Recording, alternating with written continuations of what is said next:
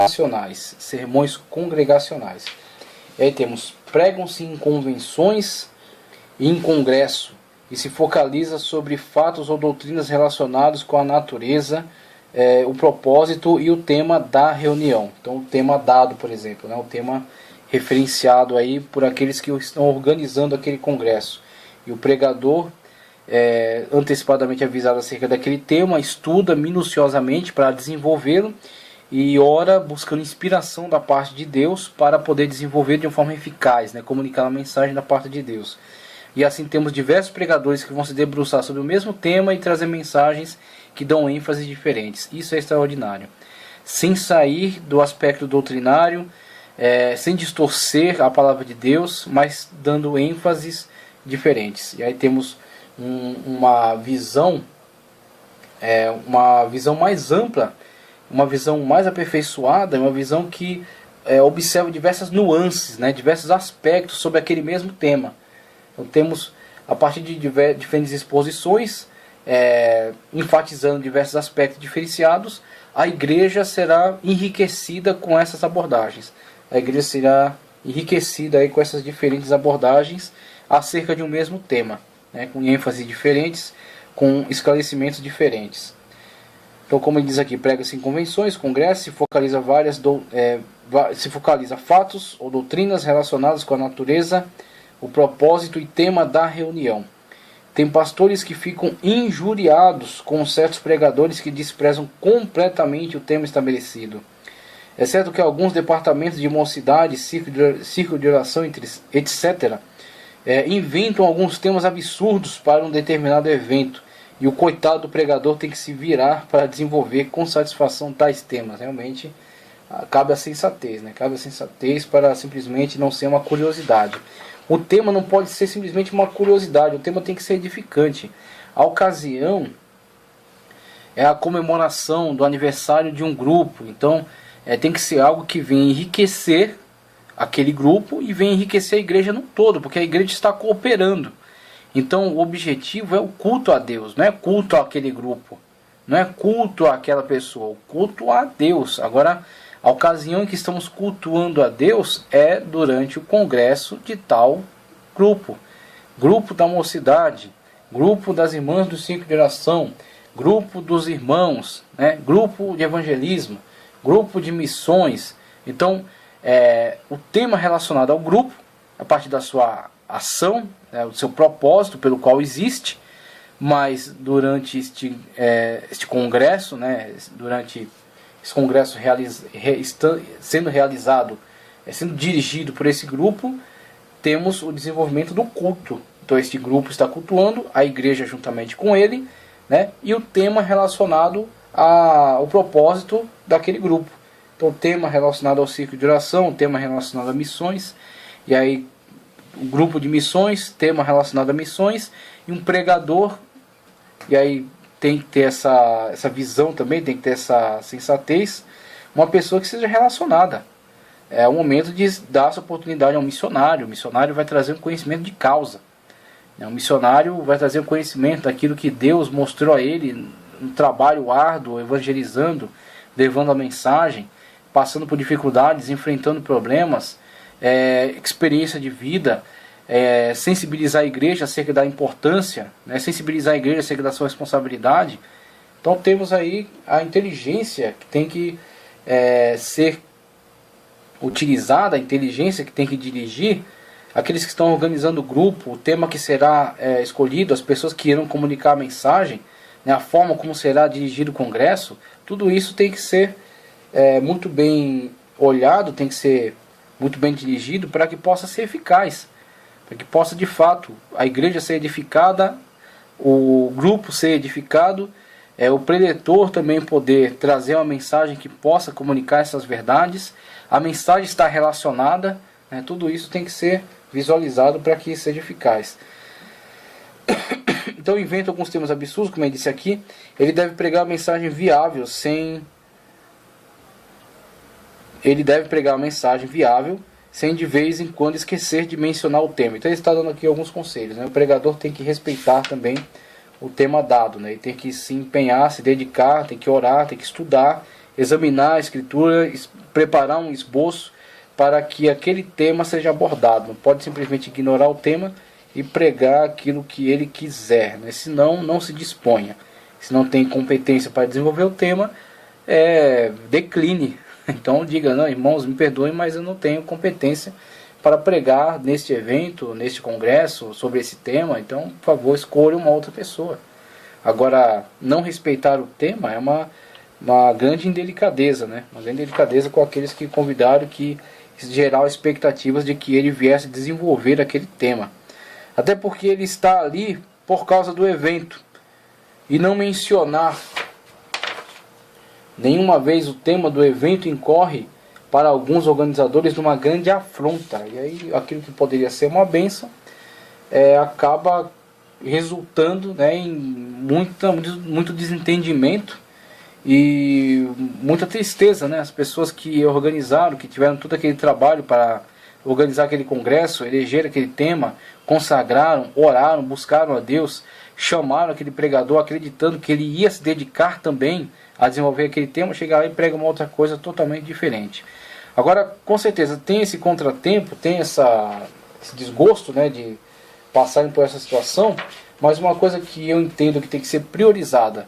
O mais importante não é o congresso, o mais importante não é o tema, o mais importante é que o nome do Senhor seja glorificado.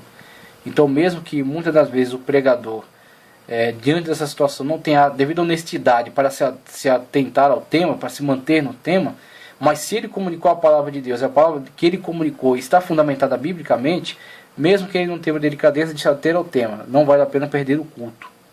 Não vale a pena perder a oportunidade de adorar a Deus. Mais importante do que o congresso é o objetivo principal, que é a glória do nome do Senhor, que é adorar e exaltar ao Senhor. Então, mesmo que muitas vezes a pessoa frustre, né, esse objetivo do congresso, mas não pode se perder a oportunidade de adorar e de louvar a Deus. E aí, dentro dessa questão de temas congregacionais,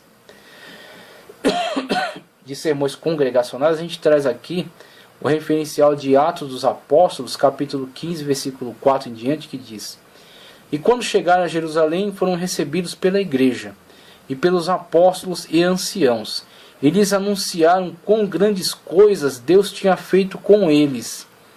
Alguns, porém, da seita dos fariseus que tinham crido se levantaram dizendo que era mister, que era preciso, que era necessário, que era fundamental circuncidá-los e mandar-lhes que guardassem a lei de Moisés. Então eles haviam crido em Cristo Jesus, mas eles estavam tentando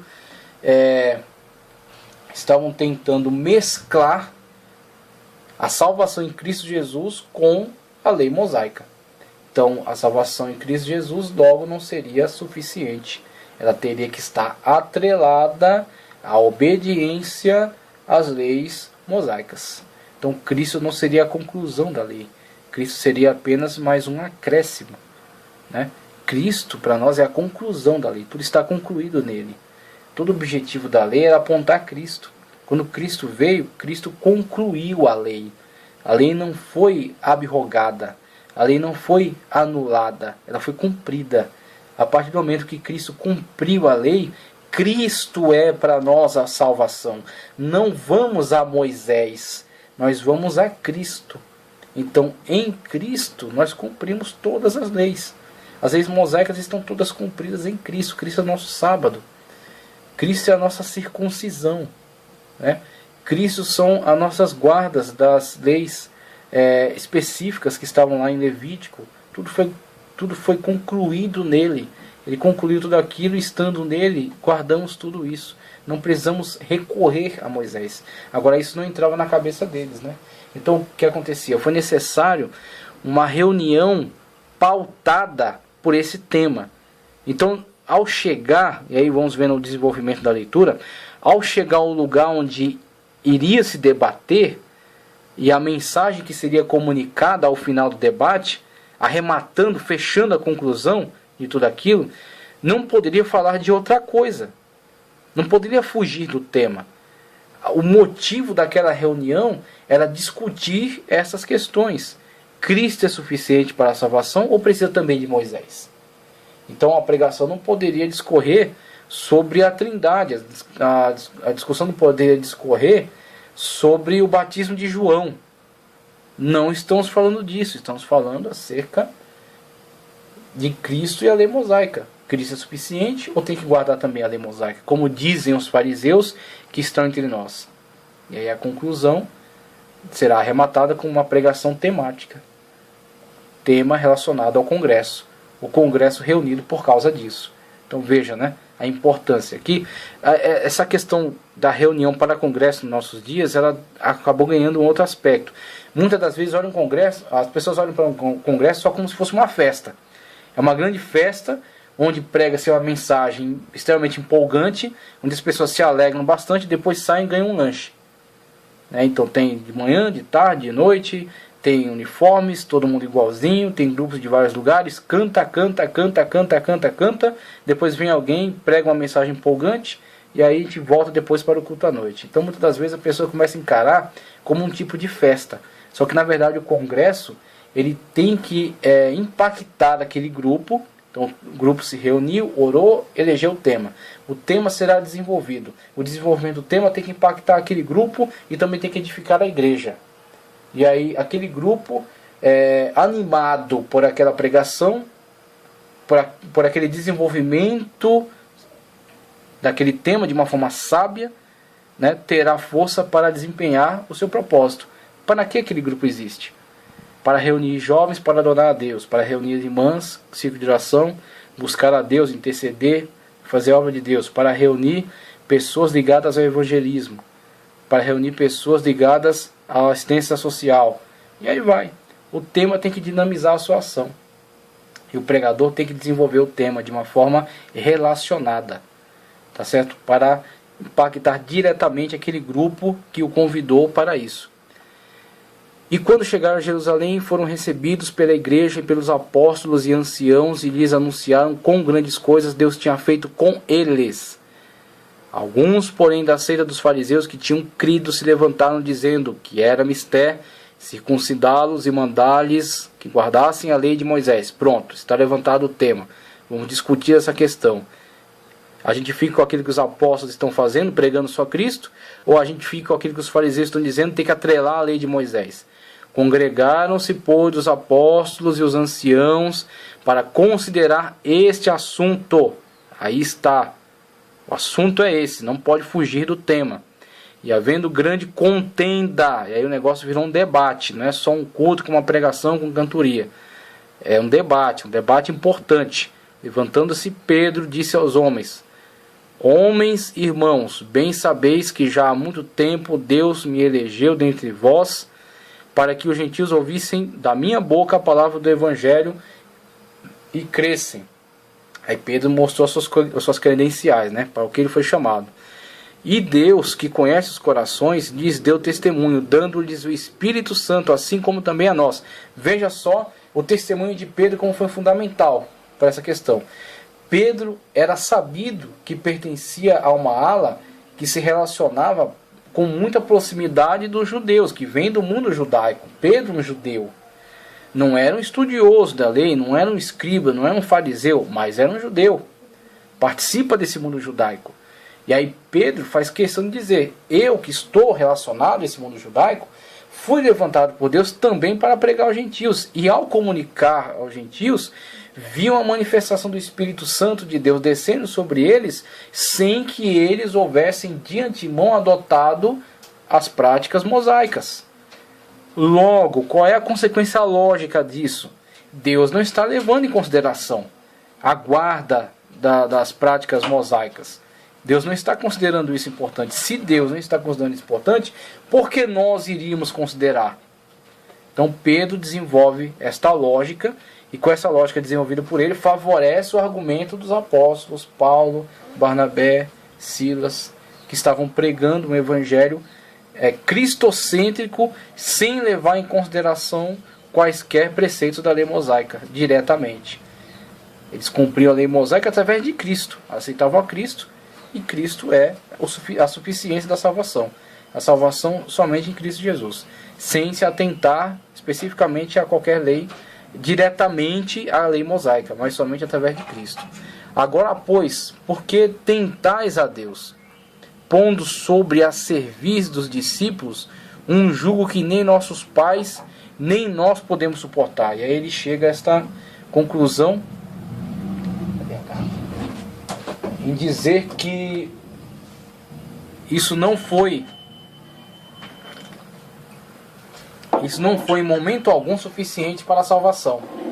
Em momento algum. E Paulo, com certeza depois, muito seguro dessa mensagem, depois dessa experiência maravilhosa que teve, né, no começo aí do seu ministério, com essa certeza, né, com esse aval da igreja, porque esse era o propósito dessa reunião, desse congresso, com este aval aí das colunas da igreja, como ele mesmo diz, em Romanos, ele prega de uma forma muito clara acerca da suficiência de Cristo para a salvação. E que a salvação não é pelas obras. E que a salvação não é pela lei. Que a lei aponta o pecado, mas não possibilita a salvação por meio dela. Que o descumprimento de uma lei já afeta toda a possibilidade de salvação por meio dela. Ou guarda-se toda a lei, ou não terá eficácia, não terá o resultado satisfatório. Então Paulo fala, pela lei ninguém é salvo. A lei somente aponta o pecado. A salvação é através de Cristo e por meio da graça. Paulo tem essa certeza para proclamar essa mensagem desta forma, por causa do aval também que recebeu através desse pronunciamento. E Pedro, que estava aí, podia ser contado aí entre os judeus, que estava ligado, associado a eles de uma forma muito próxima, Pedro, com a sua palavra, faz a balança pesar para o lado da graça.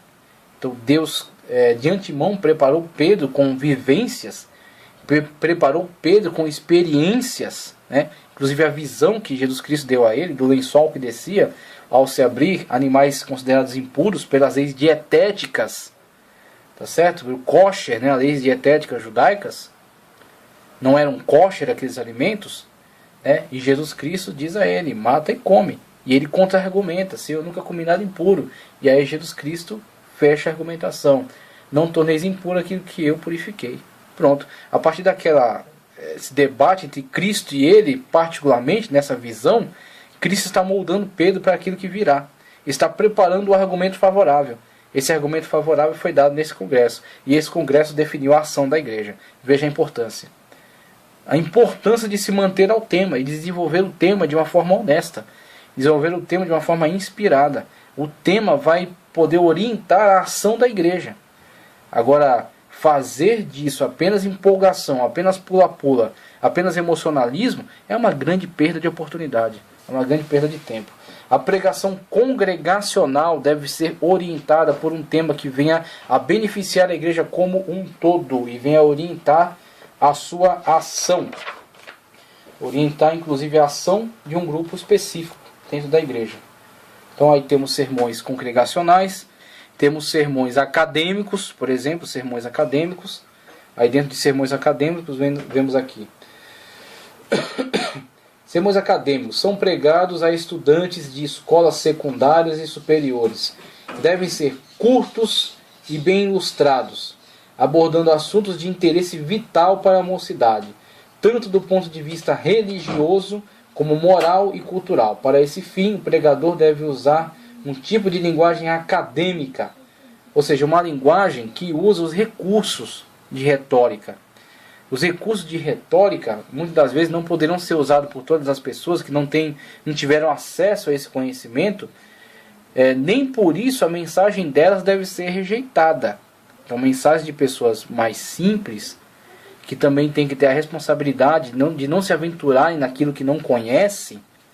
Então, se mantenha um tema simples, proclamam a verdade com honestidade, buscam inspiração do Espírito Santo de Deus para comunicar com ênfase aquilo que estão pregando, mas numa linguagem simples, e é recebida, as pessoas são edificadas por meio dessa mensagem, e até acadêmicos que muitas das vezes sentam para ouvir pessoas que têm muito menos instrução do que elas, por causa da ação do Espírito através delas, podem ser também a elas ministrado, desde que elas tenham a humildade suficiente para receber a mensagem. Temos essa situação, mas também temos a situação da pessoa que foi chamada por Deus e que tem muitos recursos linguísticos, recursos retóricos, né, de uma forma geral, recursos intelectuais, no sentido de ter um conhecimento científico amplo, vasto. Então, conhecimentos na área da medicina, da engenharia, do direito, da psicologia, da filosofia. E se elas pegam esse conhecimento e subordinam ele, fazem com que eles sejam subordinados à verdade bíblica, então esse conhecimento não é que ele vai andar lado a lado com a Bíblia. Não, a Bíblia Sagrada é revelada. A Bíblia Sagrada é teopneustos, é divinamente soprada. Então a Bíblia Sagrada ocupa a centralidade. Mas se ela tem um recurso que ela pode acrescentar, ela pode trazer um esclarecimento maior. Então a Bíblia Sagrada é o centro, mas ela também conhece direito. Então em alguns aspectos da Bíblia ela pode falar com mais segurança.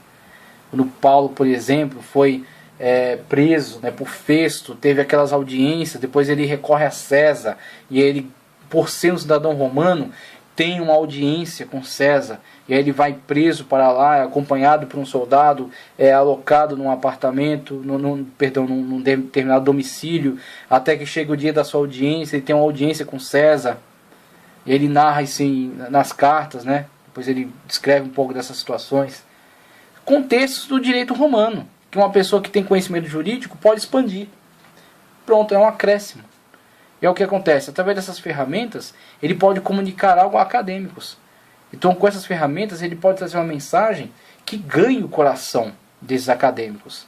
Pode comunicar uma mensagem que mostre conhecimento bíblico, centralizado na Bíblia, e abrindo um leque sobre conhecimentos científicos.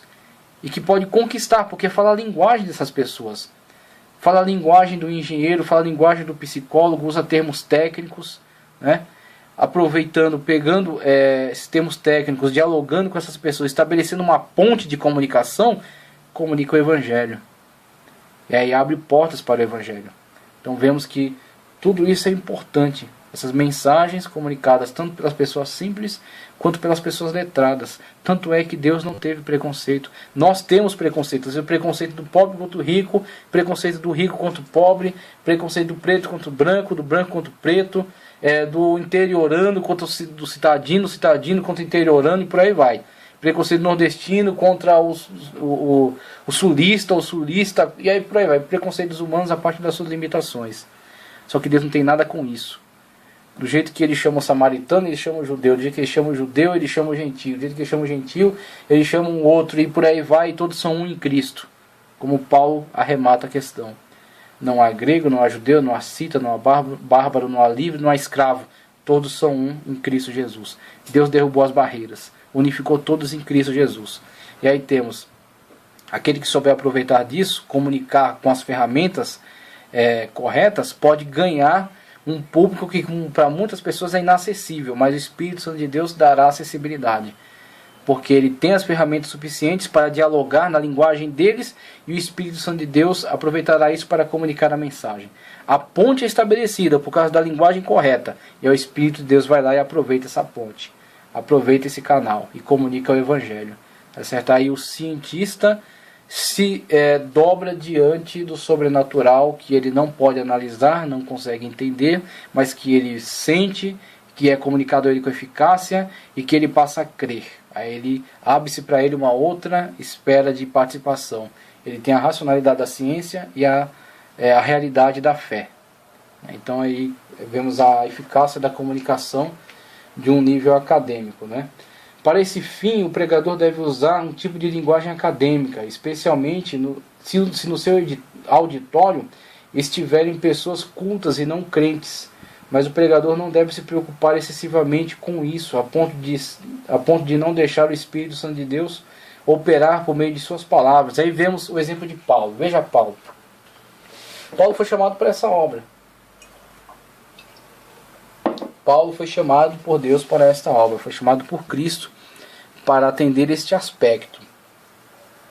Cristo não tinha preconceito. Cristo também visualizava os acadêmicos, também visualizava os ricos, também visualizava esses grupos. Então Cristo, Ele queria que o evangelho fosse pregado a toda criatura de fato. Ele não estava brincando, é a toda criatura. Quem está na prostituição, aos doentes, aos marginalizados, aos ladrões, aos ricos, às pessoas que são boazinhas ou que são ruins. Cristo estava visualizando todos os públicos, dentre eles também os acadêmicos. E aí vemos Cristo levantou uma ferramenta eficaz para isso, o apóstolo Paulo. E a gente vê na narrativa aqui de Atos dos Apóstolos 17:22, e estando Paulo no meio do Areópago, disse, o Areópago onde se reuniam os filósofos, aí faziam discussões, debates, discursos, né? Homens atenienses, em tudo vos vejo um tanto supersticiosos. Aí a honestidade com que Paulo está abordando a questão, né? Porque passando eu e vendo os vossos santuários, achei também um altar em que estava escrito ao Deus desconhecido. Esse, pois, que vós honrais, não o conhecendo, é o que eu vos anuncio. Você percebeu a ponte o canal que ele abriu de comunicação? Ele está sendo sincero na sua abordagem. Ele está entendendo que há uma certa supersticiosidade, né? Uma superstição exacerbada no meio deles. E isso devido à quantidade de deuses. Ele não está sendo ofensivo. Ele não está sendo agressivo, mas não está bajulando também. Está sendo franco, sincero, né? Mas usando palavras corretas, palavras não ofensivas. Então ele está sendo honesto, né? Franco, mas também delicado. E aí, a partir dessa realidade que ele constata, analisando de uma forma inteligente, ele acha um canal. Qual? Dentre essa supersticiosidade deles, os levou a dedicar uma estátua daquelas ao Deus desconhecido. E esse Deus desconhecido, desconhecido para ele, desconhecido também para Paulo, né, aquele Deus especificamente ao qual eles dedicaram aquela imagem, Paulo aproveita, né, essa deixa do Deus desconhecido para falar: de fato existe um Deus que para vocês são desconhecidos. Não estou falando especificamente daquela estátua, daquela imagem de escultura. Estou falando de um Deus desconhecido ao qual vim pregar. E aí ele estabelece um canal. Nesse canal de comunicação, ele vai caminhar por assuntos relacionados a ele, até a eles, ao público abordado, até que em algum momento ele consiga os conduzir a Cristo. E aí começa a comunicar Cristo através desse canal que ele conseguiu abrir por falar uma linguagem que é daquele nível, uma linguagem que era compreendida por eles, uma linguagem que era respeitada por eles. Ele consegue abrir um canal de comunicação até que eles comuniquem Cristo. E aí, comunicando acerca de Cristo, em algum momento ele vai abordar acerca da ressurreição. Aí quando ele fala acerca da ressurreição, aí o público acaba se fechando para ele, rejeita, por causa do tipo de filosofia que está sendo adotada por eles. Inclusive, eu acredito que naquela ocasião histórica já era uma realidade, a entrada do gnosticismo também no meio da filosofia grega. Então acabam rejeitando a mensagem de Paulo quando ele trata acerca da ressurreição. Mas durante muito tempo Paulo teve uma oportunidade ímpar de comunicar o evangelho a um grupo muito fechado, a um grupo de intelectuais. E aí o que acontece? Isso é glória para Deus, né? E isso marca a posição do evangelho. O evangelho trata com pessoas simples, trata com pessoas necessitadas, trata com pessoas marginalizadas, mas o evangelho também alcança grupos acadêmicos, intelectuais, grupos com poderio econômico, com poderio político. O evangelho é para todos. O evangelho é para todos. Muitas pessoas olham para essa situação de Paulo e entendem que isso aqui foi um grande desperdício de tempo, que Paulo depois disso muda sua ênfase na pregação e abandona esse público. Eu vejo de outra forma. Eu vejo que através desta ocasião a igreja marcou posição. A igreja tanto aborda grupos marginalizados e pobres, mas a igreja também tem condições de amparar dentro do seu território, dos seus muros, o reino de Deus. No reino de Deus também cabem os intelectuais. No reino de Deus também cabem os intelectuais, desde que não entendam que são salvos pela sua sabedoria, que é o que é apregoado pelo gnosticismo. E aí onde entra a contrariedade. O gnóstico terá que abandonar o seu gnosticismo e se render aos pés de Cristo. Mas ao se render aos pés de Cristo, ele não vai perder o conhecimento que tinha.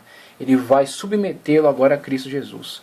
E vai deixar-se transformar, deixar-se corrigir e ser agora um instrumento para Cristo Jesus, né? Então temos a necessidade também de abordar este público, não rejeitar nenhum público. O Deus que fez o mundo e tudo que nele há, sendo o Senhor do céu e da terra, não habita em templos feitos por mãos de homens, nem tampouco é servido por mãos de homens, como que necessitando de alguma coisa, pois ele mesmo é que dá a todos a vida e a respiração e todas as coisas. A pregação aos acadêmicos deve vislumbrar o nível intelectual a que chegaram seus integrantes, respeitá-los dentro do seu nível intelectual e comunicar-lhes usando ferramentas de linguagem adequadas, né, para que possa ser tanto entendido como também possa ser comunicado com eficácia, possam se relacionar com aquela mensagem, possam entender que aquela mensagem está comunicando a eles, está se preocupando com eles,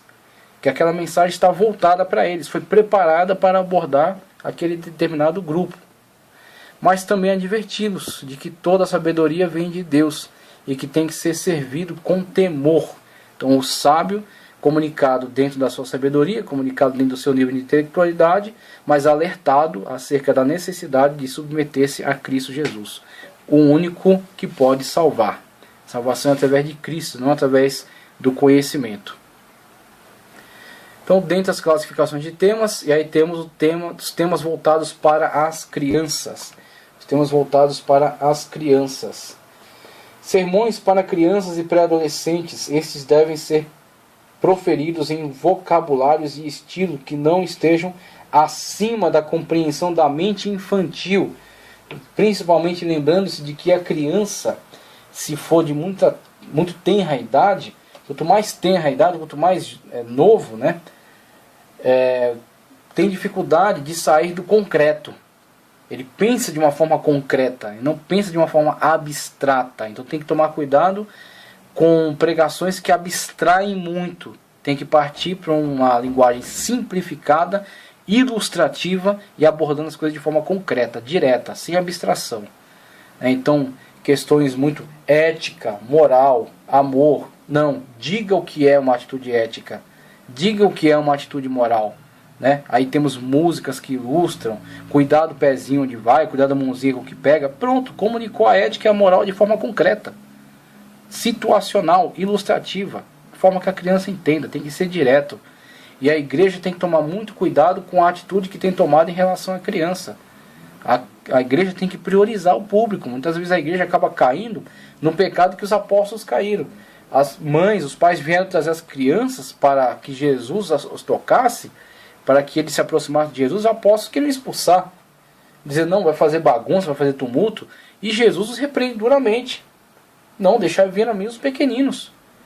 É o foco dele, é o objetivo dele, né? É a prioridade dele. Então Cristo priorizou as crianças, tem que deixar vir a Cristo, e nós temos que viabilizar isso, temos que tornar isso mais fácil, temos que empregar recursos, temos que preparar pessoas e adaptar a linguagem. A criança não tem condições de, ouvindo uma pregação que é voltada para adultos, absorver adequadamente o conteúdo. Aquela mensagem foi comunicada para adultos que conseguem abstrair, conseguem entender questões abstratas, que já conseguem discernir. A criança não tem condições intelectuais ainda disso.